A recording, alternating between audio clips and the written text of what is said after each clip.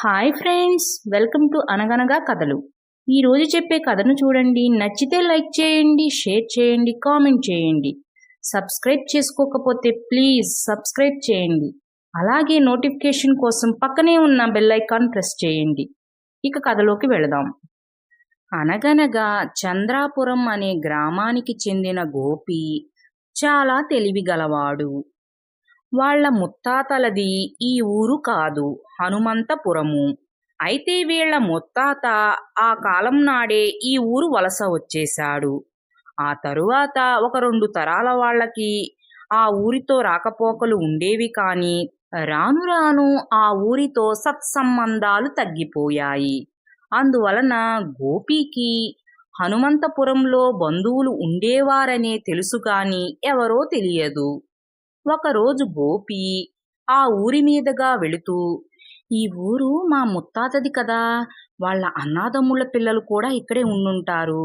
ఒక్కసారి నేనే వెళ్ళి పరిచయం చేసుకుంటే పోదు, దాంతో మా మధ్య రాకపోకలు మొదలవుతాయి.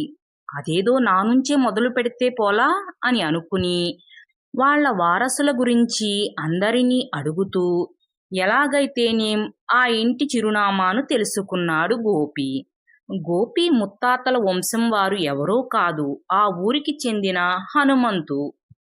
హనుమంతు వాళ్ళ ముత్తాత, గోపి వాళ్ళ ముత్తాత అన్నాదమ్ముళ్ళు. గోపి హనుమంతు ఇంటికి వెళ్ళి వాళ్ళ ముత్తాతల వివరాలు చెప్పి, మీ ముత్తాత మా ముత్తాత అన్నాదమ్ముళ్ళు, మనమిద్దరము అన్నాదమ్ముళ్ళం అవుతాము వరసకి అని వారి చుట్టరికాన్ని చెప్పాడు గోపి. అవునవును, నువ్వు చెప్తుంటే నాకు ఇప్పుడు గుర్తొస్తుంది. మా తాత చెప్తూ ఉండేవాడు, మన బంధువులు చంద్రాపురంలో ఉన్నారా, వెళ్ళి కలవాలి అని. కానీ ఎప్పుడు కుదరలేదు. అది మీరేనా? అవునవును, మనిద్దరం అన్నాదమ్ముళ్ళం అవుతాము అని ఒక సొంత తమ్ముడిలాగా అనుకుని ఎంతో ఆప్యాయంగా పలకరించి ఇంట్లోకి తీసుకువెళ్ళాడు హనుమంతు. ఇంట్లో అందరికీ గోపి గురించి చెప్పి పరిచయం చేశాడు. అలా సరదాగా తాత ముత్తాతల గురించి, వారి వంశం గురించి మాట్లాడుకోసాగారు. అయితే మాట్లాడుతున్నంతసేపు గోపి మదిలో ఒక ఆలోచన తొలుస్తూ ఉంది. అబ్బా, ఈ ఇల్లు ఎంత బాగుంది, ఇలాంటి ఇల్లు నాకు కూడా ఉంటే ఎంత బాగుంటుందో అని అనుకుంటూ, అన్నయ్య, ఈ ఇల్లు ఎప్పుడు కట్టించావు అని అడిగాడు గోపి. ఎప్పుడేంటి తమ్ముడు, మా ముత్తాత కట్టించాడు, ఇది ఆ కాలం నాటి ఇల్లు అని ఎంతో గొప్పగా చెప్పసాగాడు హనుమంతు. ఏంటి, ఇది ఆ కాలం నాటి ఇల్లా? అయినా ఇప్పటికి కూడా చెక్కు చెదరకుండా ఎంత అందంగా ఉంది. నేనెలాగైనా సరే ఈ ఇంటిని సొంతం చేసుకోవాలి అని మనసులో అనుకుని, అన్నయ్య, నేను కూడా ఉన్న ఇల్లు పడేసి పెద్ద ఇల్లు కడదామని ఆ పని మీదే పొరుగురు వెళుతున్నా. ఈ ఇంటిని చూసిన తర్వాత ఈ నమూనాలోనే కట్టుకోవాలనిపిస్తుంది. ఒక్కసారి ఎలా ఉందో నాకు మొత్తం చూపించవు అని అడిగాడు గోపి. దాందేముందిరా తమ్ముడు, పద చూపిస్తా అంటూ ఇల్లంతా తిప్పి చూపించసాగాడు హనుమంతు. సరే అన్నయ్య, నేను మరలా ఇటు వచ్చినప్పుడు వస్తానే, నువ్వు కూడా మా ఊరు ఒకసారి రావాలి అంటూ తన ఊరు వెళ్ళిపోయాడు గోపి. గోపి వెళ్ళిపోయిన తరువాత హనుమంతు తల్లి, ఏరా, వాడెవడో సరిగ్గా తెలియదు, అలాంటి వాడికి ఇల్లంతా తిప్పి చూపిస్తావా? అలా కొత్త వారికి ఇంటిని చూపించకూడదరా అని చెప్పింది తల్లి. నువ్వు మరీనమ్మా, అన్ని వివరాలు చెప్పాడు, వాడు మన తమ్ముడే, నువ్వేమీ భయపడకు అన్నాడు హనుమంతు. అలా అప్పుడప్పుడు గోపి ఆ ఊరు వస్తూ ఉండేవాడు. అలాగే హనుమంతు కూడా గోపి వాళ్ళ ఊరు వెళ్ళి వస్తూ ఉండేవాడు. అలా ఆ 2 కుటుంబాల మధ్య మరలా రాకపోకలు మొదలయ్యాయి. అయితే గోపి వచ్చినప్పుడల్లా ఇంటి గురించి ఆ వివరాలు ఈ వివరాలు అడుగుతూనే ఉండేవాడు. హనుమంతేమో ఎంతో గొప్పగా ఆ ఇంటి గురించి అన్ని వివరాలు చెప్తూ ఉండేవాడు. అలా గోపి ఇంటిని కట్టే నెపంతో హనుమంతు ఇంట్లో ప్రతి గదిని, ప్రతి ప్రదేశాన్ని పరిశీలనగా చూడసాగాడు. అలా చూసి ఆ ఇంటికి ఎన్ని కిటికీలున్నవి, ఆ ఇంటికి ఎంత కలప వాడినది అన్నీ లెక్క కట్టసాగాడు. అన్నీ తెలుసుకున్న తరువాత ఒకరోజు హనుమంతు ఇంటికి వచ్చి, అన్నయ్య, మేము ఈ ఇంటికి వచ్చేద్దాం అనుకుంటున్నాం. మీరు ఈ ఇంటిని ఖాళీ చేసి వేరే ఇంటికి వెళ్ళిపోండి అని చెప్పాడు గోపి. అదేంట్రా గోపి, మీరు రావటం ఏంటి, మేము ఇల్లు ఖాళీ చేయటం ఏంటి అని అనుమానంగా అడిగాడు హనుమంతు. ఇన్నాళ్ళంటే మేము లేం కాబట్టి మీరున్నారు. మేమిక ఈ ఇంటికి వచ్చేద్దాం అనుకుంటున్నాం. అంటే మీరు ఇల్లు ఖాళీ చేసి మా ఇంటిని మాకు ఇచ్చేయాలి కదా అన్నాడు గోపి. ఏం మాట్లాడుతున్నావురా, మీ ఇల్లేంటి మీకు అప్పచెప్పేటివేంటి? ఇది మాదిరా, మా ముత్తాతలు కట్టించిన ఇల్లు. నువ్వేదో పొరపాటు పడుతున్నావు అన్నాడు హనుమంతు. నేనేమీ పొరపాటు పడటం లేదు. మా ముత్తాత ఈ ఇంటిని కట్టించాడు. ఆయన అన్ని వివరాలు ఈ వీలునామాలో రాసి మరీ ఉంచాడు. కావాలంటే చూసుకో, ఇది మాదే అని ఒక వీలునామా చూపించాడు. అందులో ఆ ఇంటిని ఎప్పుడు కట్టింది, ఆ ఇంటికి ఎంత కలప వాడింది, ఆ ఇంట్లో ఎన్ని కిటికీలు ఎన్ని గుమ్మాలు ఉన్నవి, ఆ కిటికీలకి ఎన్ని ఊసలు ఉన్నవి అన్నీ వివరంగా రాసి ఉన్నాయి. చూడండి, ఇదిగో మా తాత ఎంత వివరంగా రాశారో, ఇది మాదే అని గట్టిగా చెప్పాడు గోపి. ఏం కాదు, ఇది మా ఇల్లే. నువ్వు నన్ను మోసం చెయ్యాలని చూస్తున్నావు. నేను వదిలిపెట్టను. గ్రామాధికారి వద్దకు వెళతాను, పద. ఆయనే నాకు న్యాయం చేస్తారు అన్నాడు హనుమంతు. పద పద, నాకేం భయం.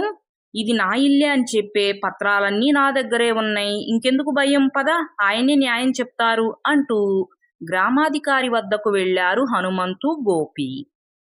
అయ్యా, నా ఇంటిని ఈ గోపి తనిల్లని చెప్తున్నాడు, మీరే న్యాయం చెప్పండి అంటూ తన బాధను చెప్పాడు హనుమంతు.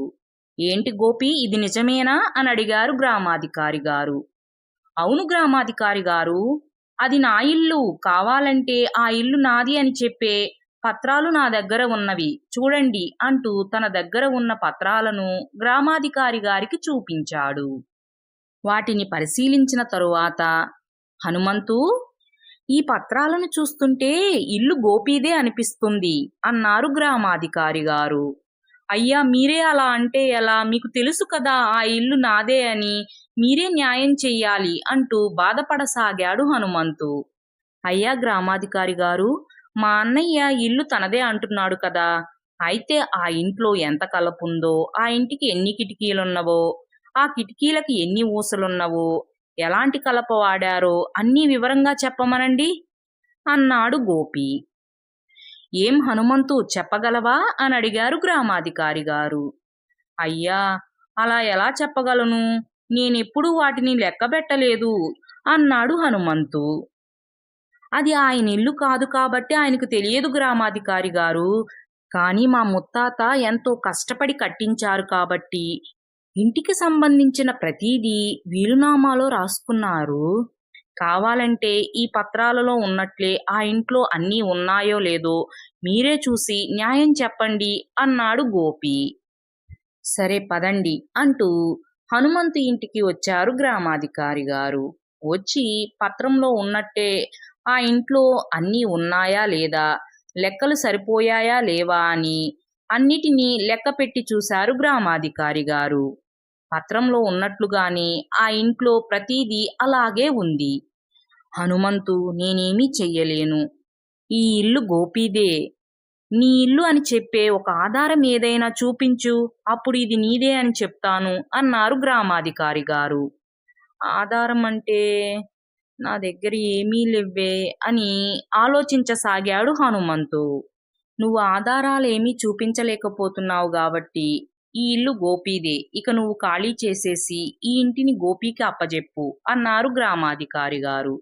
అని ఆయన వెళ్ళిపోతూ ఉండగా హఠాత్తుగా ఏదో గుర్తొచ్చినట్లు, గ్రామాధికారి గారు, నా దగ్గర ఒక ఆధారం ఉంది అంటూ ఆయనను పిలిచాడు హనుమంతు.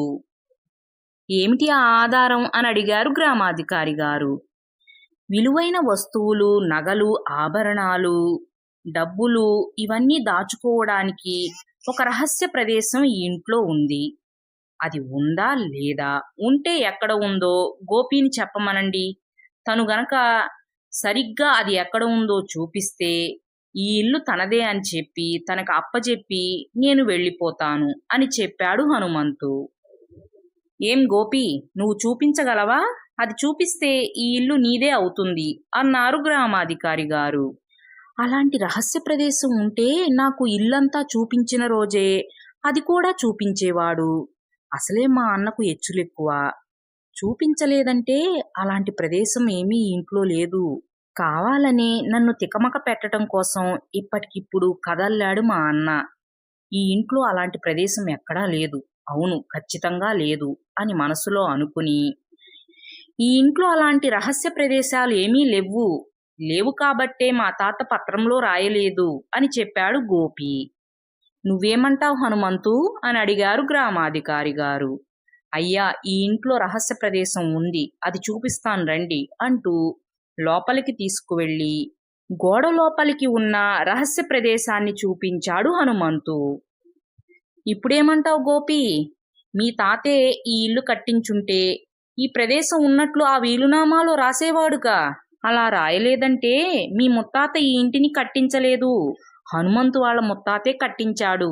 ఈ ఇల్లు హనుమంతుదే అని చెప్పారు గ్రామాధికారి గారు. ఇదంతా మోసం. మా ముత్తాత కట్టించినప్పుడు ఇలాంటివేమీ లేవు. అందుకే ఆయన పత్రంలో రాయలేదు. ఆ తరువాత వీళ్లే కావాలని ఇలా తయారు చేసుకున్నారంతే. ఈ ఇల్లు నాదే అన్నాడు గోపి. ఇదిగో చూడు గోపి, నువ్వు చెప్పినట్లుగానే హనుమంతు వాళ్లే ఈ రహస్య ప్రదేశాన్ని కట్టుకున్నారనుకుందాం. నువ్వు తీసుకువచ్చిన వీలునామా నువ్వే రాసుకుని వచ్చావని హనుమంతు అంటున్నాడు. అలా రాసుకురావడం కూడా నిజమే అయ్యుంటుంది కదా అన్నారు గ్రామాధికారి గారు. ఆహా, నేనేమీ రాయలేదు, ఇది మా ముత్తాత రాసిందే అన్నాడు గోపి. నువ్వు చెప్పింది నిజమైనప్పుడు హనుమంతు చెప్పింది కూడా నిజమే. నేను ఆధారాలను చూసి మాత్రమే న్యాయం చెప్తాను. ఈ ఇల్లు హనుమంతుదే. ఇక నువ్వేమీ మాట్లాడకుండా వెళ్ళిపో అన్నారు గ్రామాధికారి గారు. ఇక గోపి ఏమీ మాట్లాడలేక అక్కడి నుంచి వెళ్ళిపోయాడు. మీకు చాలా ధన్యవాదాలు గ్రామాధికారి గారు అన్నాడు హనుమంతు. ఇదిగో హనుమంతు, ఎవరికి పడితే వాళ్ళకి ఇంటి వివరాలు చెప్తారా? చెప్తే ఇలాగే జరుగుతుంది. ఇంకెప్పుడు ఇలా చెయ్యకు అని మందలించారు గ్రామాధికారి గారు. ఇదే మాట మా అబ్బాయికి నేను చెప్పానయ్యా, అయినా నా మాట వినకుండా ఆ గోపికి అన్నీ చూపించాడు అని చెప్పింది హనుమంతు తల్లి. దీంతో నాకు బుద్ధొచ్చింది. ఇంకెప్పుడు ఇంటి వివరాలను ఎవరికీ చెప్పను అన్నాడు హనుమంతు. ఫ్రెండ్స్, ఈ కథ మీకు కూడా నచ్చిందనే అనుకుంటున్నాను. Thanks for watching. మరో మంచి కథతో మళ్ళీ కలుద్దాం. అప్పటి వరకు సెలవు. Take care. బాయ్.